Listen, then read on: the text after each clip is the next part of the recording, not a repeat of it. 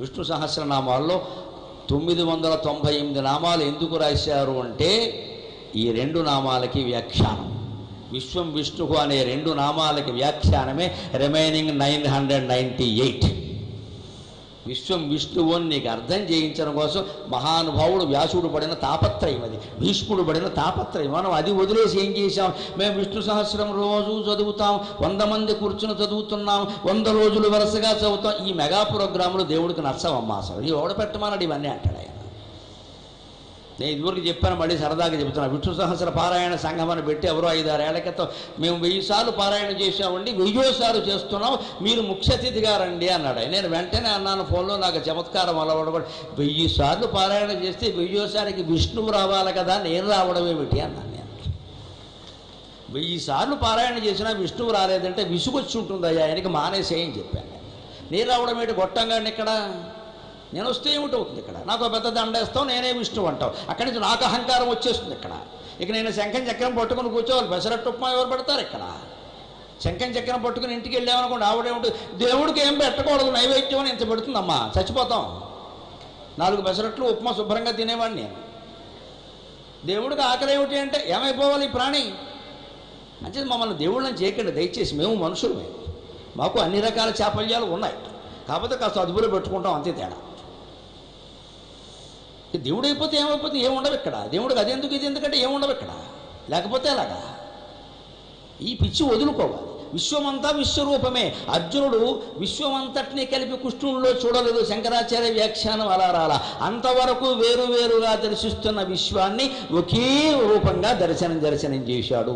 ఇప్పుడు మనం కూడా చూడాలంటే శంకరాచార్య ఉదహరించిన ఉపనిషద్ వాక్యం ఏంటో తెలుసా? శ్వేతాశ్వతరోపనిషత్తులో ఉంటుంది, అద్భుతమైన మాట. ఆ వ్యాఖ్యానం ఏడాది క్రితం శంకరాచార్య వ్యాఖ్యానంలో చూసినప్పుడు ఒళ్ళంతా గిల్లుకున్నాను నేను, ఎంత గొప్ప సాహిత్యం మనదని. యదా చర్మవద్ ఆకాశం వేష్టయిష్య మానవాః తదా దేవమవిజ్ఞాయ దుఃఖశాంతో భవిష్యతి. ఇంత పొడుగు ఆలోచించాల్సిన పని లేదయ్యా విశ్వరూపాన్ని చూడాలంటే. ఇంతవరకు ఈ చర్మం నీ శరీరానికి కవర్ అనుకుంటున్నావా లేదా? కప్పేసింది. ఈ చర్మం నా శరీరానికి కవర్, అంతే కదండి. ఈ చర్మం దాటి ఉన్నదంతా నేను కాదు, ఈ హారం నేను కాదు, ఈ కండువా నేను కాదు, ఈ కంకణం నేను కాదు, ఈ ఉంగరం నేను కాదు, ఎందుకంటే చర్మం దాటి ఉన్నాయి. కానీ ఈ వేళ్ళు, ఈ చేతులు, ఈ మెడ, ఈ కాలు అన్నీ నేనే కదా, నాలో భాగమే కదా.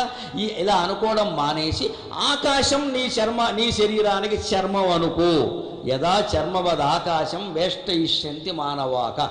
ఈ విశాల విశ్వాన్నంతా పైన కప్పులా కనపడుతున్న ఆకాశం ఉంది, అదే నీ శరీరానికి చర్మం అనుకో. నీ శరీర భ్రాంతిని నువ్వు వదిలిపెట్టు. అప్పుడు దేవం అవిజ్ఞాయ, దేవుడితో సంబంధం లేకుండా, దేవుడు ఉన్నాడు లేడు అని అనవసరపు చర్చలన్నీ చేయకుండా, నీకు దేవుడున్నా కలిసి వచ్చేది ఏమిటి? దుఃఖం పోవాలంటావు, అంతే కదా.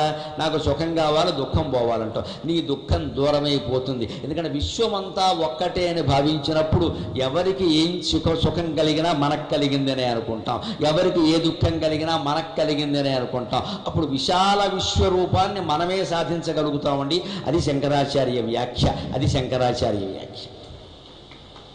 విశాల విశ్వ భావన మనం చూడడమే విశ్వరూపం. అంటే మీరు బజార్లోకి వెళ్ళారు, సంతలో వెళతారు కదా, సోమవారం సంత, మంగళవారం సంత ఉంటాయి కదా, అక్కడ ఒక్కసారి ఆలోచించండి.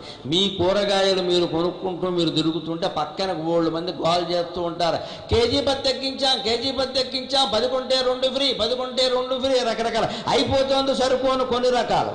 వెళ్ళిపోతావేటమ్మా కొనకుండాను కొన్ని రకాలు, ఇన్ని కేకలు వినపడతాయి. ఎంతోమంది ఎన్నో రకాలు కొంటారు. ఆ సంతలో ఉన్నప్పుడు మీ పని మీరు చూసుకొచ్చారు, కానీ మిగిలినవి ఏమన్నా మీకు పట్టాయా?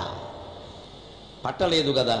అలాగే ఈ విశ్వంలో అనేక రకాల కార్యక్రమాలు మనం చేస్తున్నప్పుడు, మన ఇంట్లో పనులు కూడా మనం చేస్తున్నప్పుడు నిమిత్త మాత్రంగా సంతలో, అంత పెద్ద సంతలో మన కూరగాయలు మనం కొనుక్కుని జాగ్రత్తగా మన మనీ పరుసు జాగ్రత్త పెట్టుకుని, మన కూరగాయల సంచి జాగ్రత్త పెట్టుకుని, మళ్ళీ ఎక్కువ బరువు లేకుండా చూసుకుని మనం ఇంటికి వచ్చేసినట్టే ఈ సంసార జీవితంలో వేలు పెట్టాం కాబట్టి ఆ వేలు జాగ్రత్తగా ఒడుపుగా తీసుకునే ప్రయత్నం చేయాలి. నిమిత్త మాత్రంగా ఉండి పూసుకోవద్దు, రాసుకోవద్దు.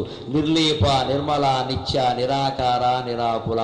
ఆకులత్వం లేకుండా నిరాకుల అన్నట్టుగా ఉండాలంటే నిర్లేప. ఏం పూసుకోవద్దమ్మా, ఏం రాసుకోవద్దు. మనం పూసుకునే బంధాలు పోగా ఇంకా దోసకాయ చెక్క పూసి, ఆనపకాయ మొక్క పూసి బ్యూటీ పెంచుకునే ప్రయత్నం చేస్తున్నాం ఇక్కడ. ఇవి పూసుకుని అవి పూసుకున్నాక ఇంకెక్కడ ఉంటుందండి బంధం కాకపోతే బురద కాకపోతే. ఈ పైన పూసుకునేవి మానేసి లోపల మనస్సు పూసుకునేవి కూడా క్రమంగా తగ్గించేస్తే అన్ని విధాలా అంతటా సుఖంగా ఉంటాం. ఇంకొక మాట చెప్పుకుని 5 నిమిషాల్లో మనం సెలవు తీసుకుందాం.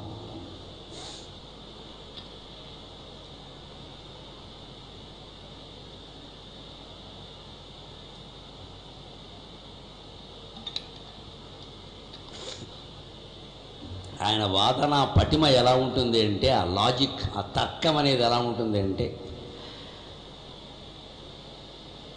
జ్ఞాన మార్గం కర్మ మార్గం ఈ రెండిట్లో ఏది గొప్పదో చెప్పాలి.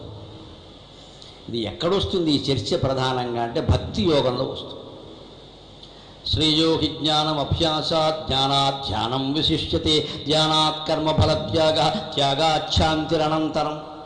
ఇక్కడ చాలా విశేషమైన వ్యాఖ్య రాస్తారు శంకరాచార్య. ఈ ఒక్క శ్లోకానికి క్షేత్రజ్ఞ విభాగ యోగంలో ఆ 2వ శ్లోకానికి క్షేత్రజ్ఞంచాపి మాం విద్ధి అన్నదానికి 16 పేజీలు అచ్చులో వచ్చిందండి వ్యాఖ్య.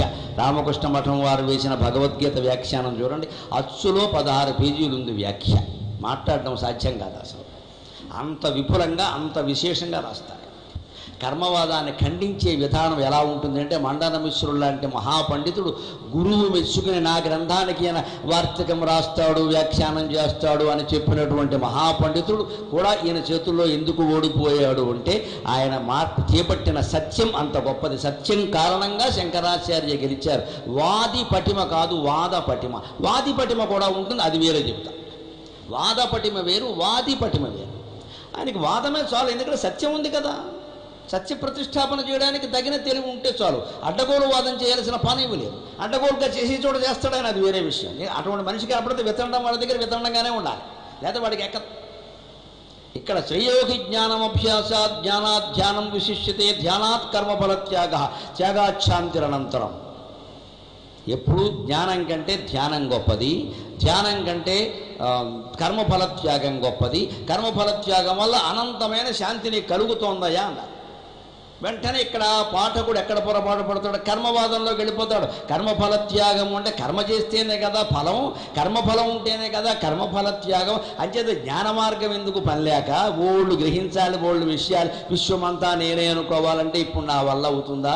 ఏదో యజ్ఞమో యాగమో ఏదో ఓడి చేసేసి దాన్ని పరమేశ్వరుడికి సమర్పణం అంటే నాకు మోక్షం వచ్చేస్తుంది అన్నమాట. గొడవలేదనే మాయలో పడతాడు కదా. అందుకే ఇక్కడ వ్యాఖ్యానం ఏమి రాస్తారు అంటే, ఇక్కడ చెప్పడంలో కృష్ణుడి యొక్క ఉద్దేశం ఏమిటో గమనించండి. తథా కర్మయోగినః అక్షరోపాసన అనుపపత్తిం దర్శయతి భగవాన్. కర్మనే నమ్ముకుని ఉండేవాడికి ఎప్పుడు అక్షరోపాసన అనేది జరగదు, పరమాత్మ ఉపాసన అనేది చెయ్యలేడు. ఎందుకంటే కర్మకాండ ఊబిలో కూరుకుపోతాడు. కర్మయోగినః అక్షరోపాసన అనుపపత్తిం దర్శయతి భగవాన్. దానికి ఆయన మేధాశక్తి ఎటువంటిదో చూడండి. వాద పటిమతో పాటుగా వాది పటిమ, ఆయన తెలివి, ఆయన సూక్ష్మ దృష్టి ఎక్కడ ఉంటుందంటే, సరిగ్గా ఇదే అధ్యాయంలో ఇదే భక్తి యోగంలోంచి 2 శ్లోకాలు ఉదహరిస్తాం.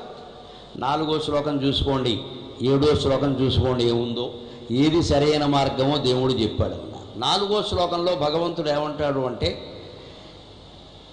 తే ప్రాప్నువంతి మామేవ సర్వభూత హితేరతాః అంటాడు. జ్ఞాన మార్గాన్ని గురించి చెబుతూ జ్ఞానులైన వాళ్ళు ఎలా ఉంటారంటే, తే ప్రాప్నువంతి మామేవ సర్వభూత హితేరతాః.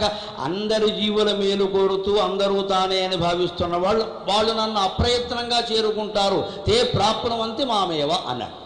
సరిగ్గా 5, 6 వదులు 7వ శ్లోకానికి వెడితే కర్మ మార్గంలో ఉండేవాళ్ళని గురించి ఏమన్నాడు అంటే, తేషామహం సముద్ధత్త మృత్యు సంసార సాగరాత్ అన్నాడు. మృత్యువు లాంటి సంసారంలో పడిపోయి సాగరంలో పడి కొట్టుకుంటున్న ఈ కర్మ మార్గంలో ఉన్న వాళ్ళని నేను జాలిపడి ఉద్ధరిస్తాను అన్నాడు. తేడా అది.